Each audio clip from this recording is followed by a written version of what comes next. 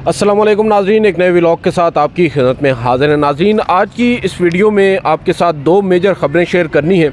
एक, आपको बताएंगे कि किस तरह जस्टिस काजी फ़ाइज़ ईसा ने अब ISI से मुताल्लिक़ कुछ अहम ऑब्ज़रवेशंस दी हैं, और इसके अलावा जस्टिस काजी फ़ाइज़ ईसा और जस्टिस अतर मिनल्ला दोनों ने एक ही केस में बड़ी मुतज़ाद राय दी है, वो आपको बताएंगे। मगर सबसे पहले आपको बता दें कि आज की जो सबसे बड़ी ख़बर है वो ये है कि नैब तरमीम के ख़िलाफ़ वफाक ने अब सुप्रीम कोर्ट से रुजू कर लिया है, और पहली अपील जो कि supreme court practice and procedure act फ़ैसले में एक हक़ दिया गया अपील का, आपको याद होगा एक कानून बनाया था PDM हुकूमत ने।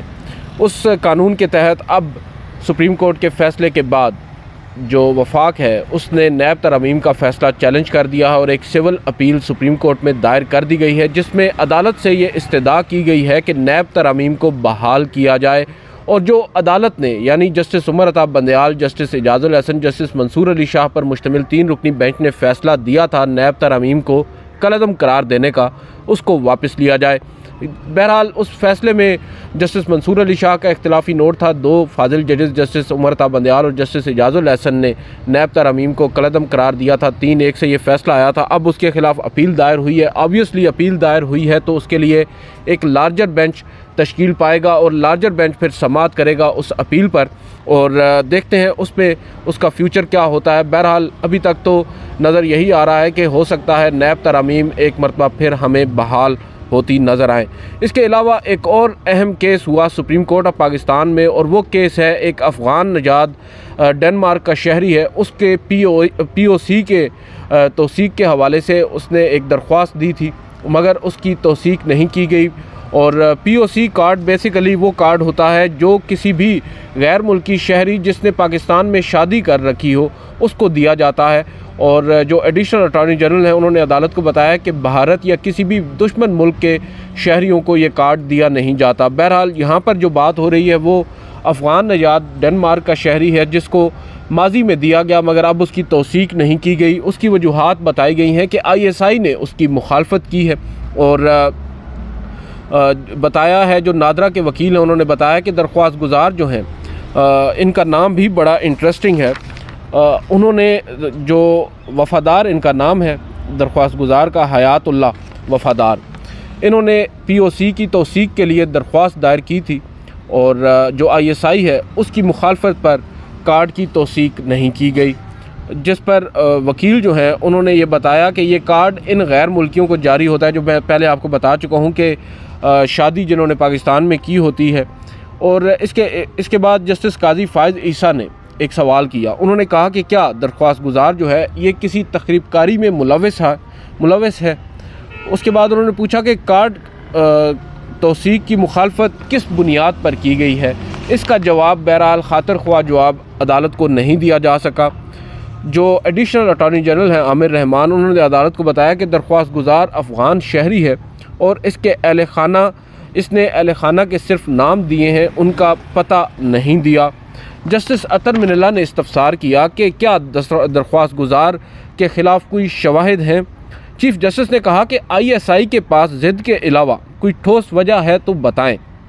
एडिशनल अटॉर्नी जनरल ने बताया कि दरख्वास्त गुजार के बहन भाई काबुल और लोगर में रहते हैं। चीफ जस्टिस ने कहा कि आप अभी खुद तोरखम और चमन बॉर्डर पर जाएं और देखें वहाँ पर क्या हो रहा है। जिसको दिल होता है पाकिस्तान आने दिया जाता है, और जिसे दिल चाहे रोक लिया जाता है।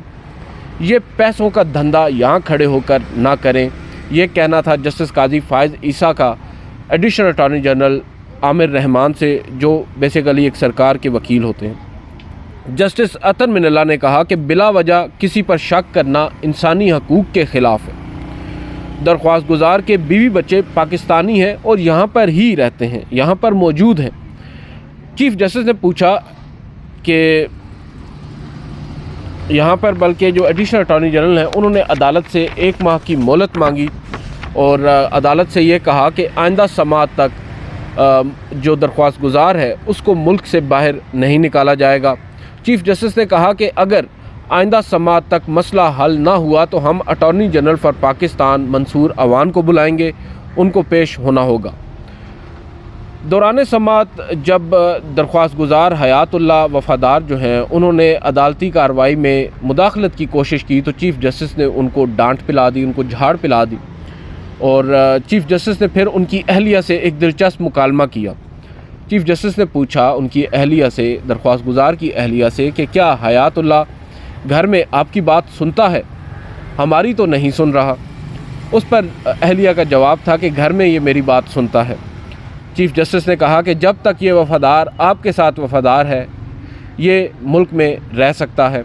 अब अदालत ने 1 माह के लिए इस दरख्वास्त पर समाअत को मुलतवी किया है। और लेकिन जो ऑब्ज़रवेशंस चीफ़ जस्टिस काजी फ़ाइज़ ईसा या जस्टिस अतर मिनल्ला की जानिब से आई हैं, और उसको अगर आप इस पहराए में देखें कि मौजूदा हालात के अंदर जहाँ जो अफ़गान शहरी हैं उनको पाकिस्तान से जाने का कह दिया गया है, हुक्म दे दिया गया है, और उसी इसना में अब ये दरख्वास्त, क्योंकि ये दरख्वास्त आज नहीं आई, माजी में जस्टिस उमर अता बंदयाल की सरबराही में भी एक बेंच इसकी समाअत करता रहा है मगर बेनतीजा निकली। अब जस्टिस काजी फ़ाइज़ ईसा ने कमान संभाली है, देखना होगा कि वो इसको कैसे आगे लेकर चलते हैं। जो ऑब्ज़रवेशंस आज उनकी जानिब से आई हैं उससे नज़र तो यही आ रहा है कि ये हतमी नतीजे की तरफ जल्द ही केस जाएगा। 1 माह की गो तारीख दी गई है मगर वो सरकार की दरख्वास्त पर दी गई है, इल्तवा दे दिया गया है। अब आइंदा समाअत पर बज़ाहिर नज़र यही आ रहा है कि मामला सुलझ जाएगा, फ़ैसला उनके हक़ में आता है या ख़िलाफ़, ये तो अब वक्त आने पर ही पता चलेगा। इसके अलावा एक और बड़ी डेवलपमेंट हुई है। गुज़िश्ता रोज़ आपको मालूम है एक फ़ैसला आया राइट टू एक्सेस का, या मालूमात तक रसाई के हवाले से एक दरख्वास्त थी मुख्तार अहमद साहब की। उसका बैकग्राउंड मैं आपको बता देता हूँ, मैंने आपको पहले भी बताया था अपनी गुज़िश्ता वीडियो में। दरअसल मुख्तार अहमद साहब ने 2019 में रजिस्ट्रार को कुछ मालूमात के लिए लिखा कि सुप्रीम कोर्ट में जो मुलाजमीन हैं, जो इस वक्त हाजिर सर्विस हैं, जो नशिस्तें खाली हैं, उसकी ओवरऑल तफसीलात फ़राहम की जाएँ। रजिस्ट्रार ने फ़राहम नहीं की, उन्होंने इंफॉर्मेशन कमीशन से रब्ता किया। इंफॉर्मेशन कमीशन ने रजिस्ट्रार को हुक्म दे दिया कि इनको 20 रोज़ में मालूमात फ़राहम करें। और उस हुक्म के बाद जो रजिस्ट्रार सुप्रीम कोर्ट है उन्होंने एडिशनल अटॉर्नी जनरल के ज़रिए हाई कोर्ट से रुजू किया। आमिर फ़ारूक साहब का सिंगल बेंच था, उस बेंच ने उनकी दरख्वास्त को मंजूर कर लिया रजिस्ट्रार की, और जो फ़ैसला था इंफॉर्मेशन कमीशन का उसको कलअदम करार दे दिया, ये कहते हुए कि राइट टू इंफॉर्मेशन एक्ट का जो इतलाक़ है वो सुप्रीम कोर्ट पर नहीं होता। इसके ख़िलाफ़ इंट्रा कोर्ट अपील दायर की दरख्वास्त गुजार ने, मगर वो भी बेनतीजा निकली, वही फ़ैसला रहा। सुप्रीम कोर्ट से रुजू किया जस्टिस उमर अता बंदयाल के दौर में, मगर दरख्वास्त फ़िक्स ना हुई। जस्टिस काजी फ़ाइज़ ईसा ने आते ही इस दरख्वास्त को फ़िक्स किया। 27 तारीख को समाअत हुई और 27 को ही फ़ैसला महफूज हुआ। कल फ़ैसला अनाउंस हुआ। जस्टिस काजी फ़ाइज़ ईसा और जस्टिस अमीनुद्दीन ख़ान और जस्टिस अतर मिनल्ला पर मुश्तमिल 3 रुकनी बेंच ने फ़ैसला सुनाया। फ़ैसला तो बेशक मुतफ़िक़ा आया है, और जस्टिस काजी फ़ाइज़ ईसा ने जो अक्सरियती फ़ैसला है उसमें लिखा है कि जो राइट टू इंफॉर्मेशन एक्ट है उसका इतलाक़ सुप्रीम कोर्ट पर नहीं होता, ताहम 19A के तहत जो दरख्वास्त गुजार हैं उनको मालूमात फ़राहम की जाएँ, और रजिस्ट्रार ने कोई ऐसी वजह नहीं बताई कि क्यों कर उनको फ़राहम नहीं की जा सकती। ये बातें खैर पुरानी हो चुकी हैं। अब इसमें दिलचस्प बात यह है कि जस्टिस अतर मिनल्ला ने अपना उसमें एक इजाफ़ी नोट लिखा है। जस्टिस अतर मिनल्ला लिखते हैं कि मैं अपने फाजिल दोस्त काजी फ़ाइज़ ईसा से इत्तेफ़ाक करता हूँ। उन्होंने जो कॉन्स्टिट्यूशन और से मुतालिक जो अपनी राय दी है, ताहम उन्होंने कहा कि मैं कुछ और बातें कहना चाहता हूँ। वो ये लिखते हैं कि राइट टू इंफॉर्मेशन एक्ट जो है वो सुप्रीम कोर्ट उससे खारिज नहीं है। यानी यहाँ पर वो इख्तिलाफ़ कर रहे हैं जस्टिस काजी फ़ाइज़ ईसा से। वो ये कह रहे हैं कि सुप्रीम कोर्ट को अपने अंदरूनी मामलात की जो मालूमात हैं वो वेबसाइट पर जारी करके एक मिसाल कायम करनी चाहिए। राइट टू इंफॉर्मेशन एक्ट में दर्ज पब्लिक बॉडी में जो सुप्रीम कोर्ट है वो भी शामिल है, और पार्लियामेंट ने एक्ट बनाते वक्त 19A से, यानी आइन के आर्टिकल 19A से, जो राइट टू इंफॉर्मेशन का एक आर्टिकल है आइनी, उससे सुप्रीम कोर्ट को इस्तिस्ना नहीं दिया था। सुप्रीम कोर्ट को एक्ट से खारिज तस्वर करना 19A यानी आइन की खिलाफ वर्जी है, ये कहना है जस्टिस अतर मिनल्ला का। और बहरहाल ये उनका एक इजाफ़ी नोट है, क्योंकि ओवरऑल उन्होंने भी दरख्वास्त गुजार की जो पिटीशन है उसको एक्सेप्ट किया है। इसको हम इख्तलाफी नोट नहीं लिख सकते, मगर एक लॉ पॉइंट के ऊपर ज़रूर इनका इख्तलाफ हुआ है जस्टिस काजी फ़ाइज़ ईसा से, चीफ़ जस्टिस ऑफ पाकिस्तान से।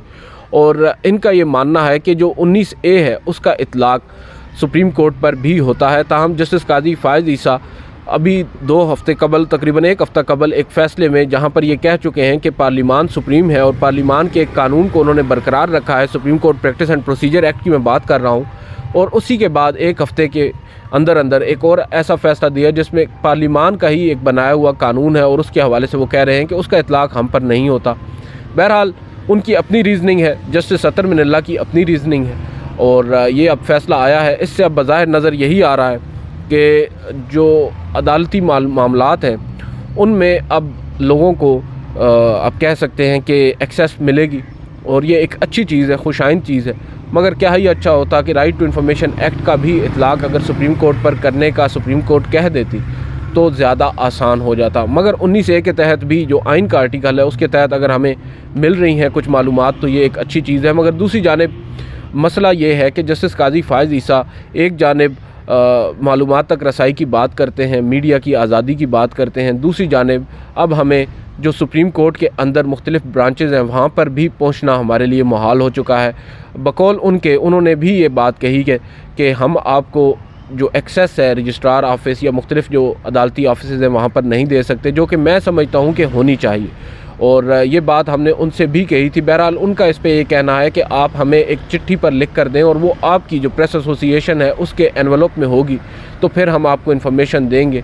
उस पर खैर मेरा क्या टेक है, मैं आपको माजी में बता चुका हूँ कि हमें किस हद तक मुश्किलात का सामना करना पड़ सकता है आइंदा आने वाले दिनों में। गो कि अभी फिर जब कभी हमारी बैठक होगी चीफ़ जस्टिस से तो हम उनसे गुजारिश करेंगे कि ये जो काम है इसको आप रहने ही दें और जो एक्सेस है हम सहाफ़ियों को वो होनी चाहिए। हमें भी मालूमात चाहिए होती हैं, आम शहरियों को तो कभी कभार चाहिए होती है, हमें रोज़ाना की बुनियाद पर चाहिए होती हैं। केसेस की अपडेट्स के लिए हमने पहुंचना होता है मुख्तलिफ़ ब्रांचेज़ में और अगर हम वहाँ पर नहीं जा सके तो फिर हमारा काम जो है वो उससे शदीद मुतासिर होगा। हो सकता है उनकी इंटेंट ये ना हो, वो एक बेहतरी के लिए सोच रहे हों, मगर इसका जो इफ़ेक्ट है वो काफ़ी ज़्यादा संगीन हो सकता है हमारे लिए as journalist, as court reporters. अब जो आज की सबसे बड़ी ख़बर है वो मैंने आपको शुरू में बताई है कि जो नैब तरमीम है उनके ख़िलाफ़ अपील बाज़ाब्ता तौर पर दायर हो गई है और आज ये पहली अपील नहीं हुई, इससे कबल एक और अपील भी आज दायर हुई है एक और शहरी की जानिब से और उन्होंने भी अदालत से इस्तदा की है नैब तरमीम के ख़िलाफ़ जो नैब तरमीम को कलअदम करार देने का फ़ैसला किया गया है उसको वापस लिया जाए। अब देखना ये होगा कि अदालत इसको कैसे आगे लेकर चलती है। मगर सबसे अहम चीज़ ये है कि अभी तक जो इंतखाबात का केस है वो समाअत के लिए मुकर्रर नहीं हो सका। एक अरसा गुजर चुका है। पहले तो जवाज़ बताया जाता था supreme court practice and procedure act का डिसाइड ना होना, अब तो एक्ट डिसाइड हो चुका है और एक्ट मौजूद है और उसके बाद अब जो बेंच की कॉन्स्टिट्यूशन है वो चीफ़ जस्टिस अपने 2 फाजिल जजेस के साथ मुशावरत के साथ कर रहे हैं और 2 काज लिस्टें भी उसके बाद जारी हो चुकी हैं। मगर उन दोनों काज लिस्ट में अभी तक जो फ़ैसला आप कह सकते हैं इंतखाबात का केस हो या फिर फ़ौजी अदालतों में सिविलियंस का ट्रायल है उसके अगेंस्ट दरख्वास्तों का मुकदमा हो, उन दोनों को ही समाअत के लिए मुकर्रर नहीं किया। इंतज़ार है इन 2 केसेस का क्योंकि ये अब डिसाइड करेंगे हमारा फेट, आइंदा आने वाले दिनों में क्या कुछ हो सकता है, क्या होने जा रहा है। हम इंतज़ार में हैं कि चीफ़ जस्टिस काजी फ़ाइज़ ईसा की नज़र करम इन इंतखाबात और मिलिट्री कोर्ट्स केसेस पर भी पड़ जाए ताकि जो एक राय अब कायम हो रही है, आप उसको गलत कहें या सही कहें, कि शायद चीफ़ जस्टिस भी रिलक्टेंट हैं जो आइन है उसके ऊपर अमल दरामद कराने में और जो इंतखाबात हैं नवे रोज़ में कराने में, क्योंकि माजी में उनके जो प्रेडिसेसर हैं उन्होंने जो कुछ भी हुआ उन्होंने कम अज़ कम फ़ैसले तो दिए। उन फ़ैसलों पर अमल दरामद ना होना ये अलग बात है और उन फ़ैसलों पर अमल दरामद ना होने के बाद उनके ख़िलाफ़ तौहीन अदालत की कार्रवाई इनिशिएट ना करना ये एक अलग बात है। मगर आप अब ये ख़ुद कह चुके हैं, हमारी जब मुलाकात हुई है चीफ़ जस्टिस साहब से, उनसे अब ये सवाल हुआ कि इम्पॉर्टेंट जो केसेस हैं वो फ़िक्स नहीं हो रहे, तो उन्होंने जवाज़ पेश किया supreme court practice and procedure act को। और केस की समाअत के दौरान जब दरख्वास्त गुजार आबिद ज़ुबैरी ने शिकवा किया कि हमारा केस आप फ़िक्स नहीं कर रहे, तो उन्होंने कहा कि आप इस केस को कंक्लूड करेंगे तो हम फ़िक्स करेंगे। अब केस कंक्लूड हुआ एक अरसा गुजर चुका है, हफ्ते से ज़्यादा वक्त हो चुका है, मगर समाअत के लिए मुकर्रर ना होना इन इटसेल्फ एक बहुत बड़ा सवाल है। आज की इस वीडियो से इतना ही, इजाज़त दीजिए, अल्लाह हाफ़िज़।